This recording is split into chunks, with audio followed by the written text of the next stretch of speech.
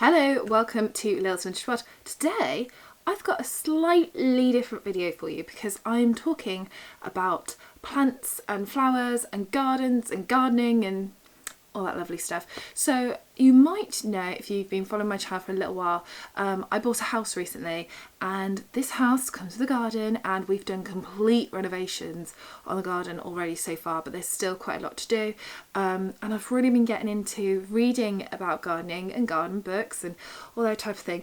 I got sent a couple of books about gardening for review recently because interested in gardens, and I've got them to share with you. So both of these books I will link in the description down below, so let's get cracking, shall we? So starting off, I got sent Death in the Garden, Poisonous Plants and Their Uses Throughout History by Michael Brown. I kind of got sent this from Pen and Sword, but it says White Owl on the spine, so I presume it's all part of the Pen and Sword family.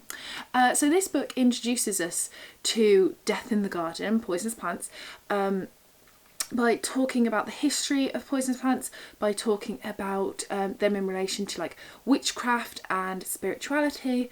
But then the main body of the book is an A to Z guide of plants, basically. So starting off with the A's, so one here is autumn crocus. So you get this little section here which will say like their species and their family and their Latin names, and you get a picture of them, and then you get the bulk of the text which is talking about them in relation to poisoning. So whether that be they can poison and kill, or they can be used in medicine, or whatever it is to make them a poisonous plant. They also talk sometimes about the plants in use of literature and things like that, particularly like ancient like Greek literature and stuff like that.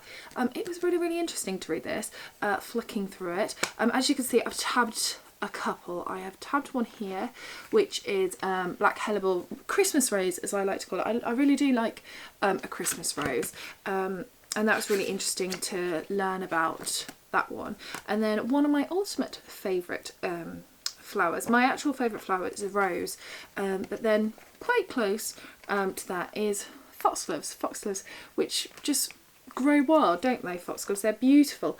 So foxgloves, I'm going to do a little waffle here, this is my knowledge, are digitalis, Produce digitalis, which is used in heart medicine, which can kill you obviously if you take too much. I don't know why I said obviously it can kill you. Well, it's in this book, isn't it?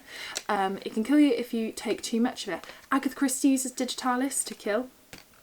And yeah, it was really nice reading this because I do read quite a few like murder mystery books and things like that, as you know, classic crime.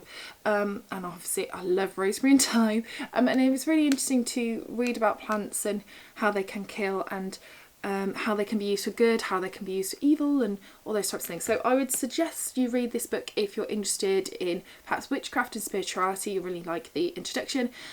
If you're like me and you just like to read about plants and gardens and want to look at the pretty pictures, or if perhaps you're like me and you're doing a garden up and you want a little poisonous plant section, this will be really good to go to.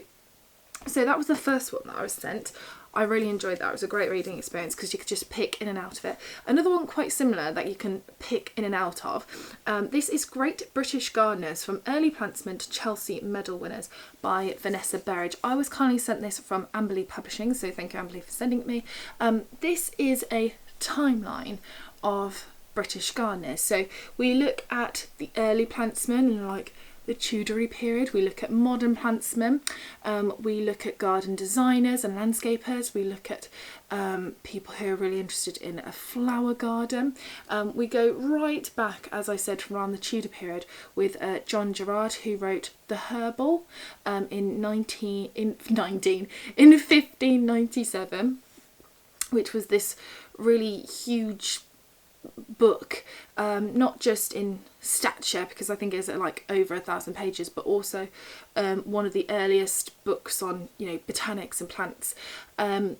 So we go all the way through from him, all the way through right up to like Tom Stuart Smith, known today for Chelsea Flower Show. So there we go.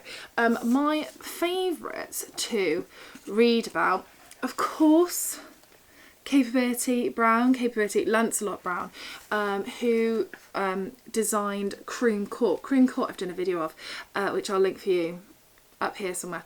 I did that a couple of years ago and I love Croom Court, and since we've had Pup, who's just over here, we have been taking him to Croom, and he loves it as well because it's just beautiful.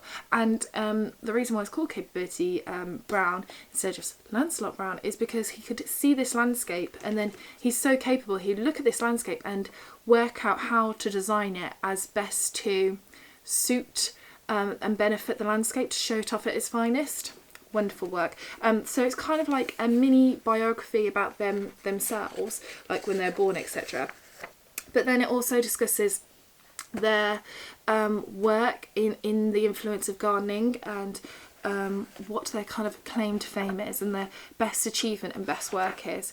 And then the other one that I was really fascinated by, which I didn't know was going to be in here, and I was fascinated because it is Vita Sackville-West, who is a novelist.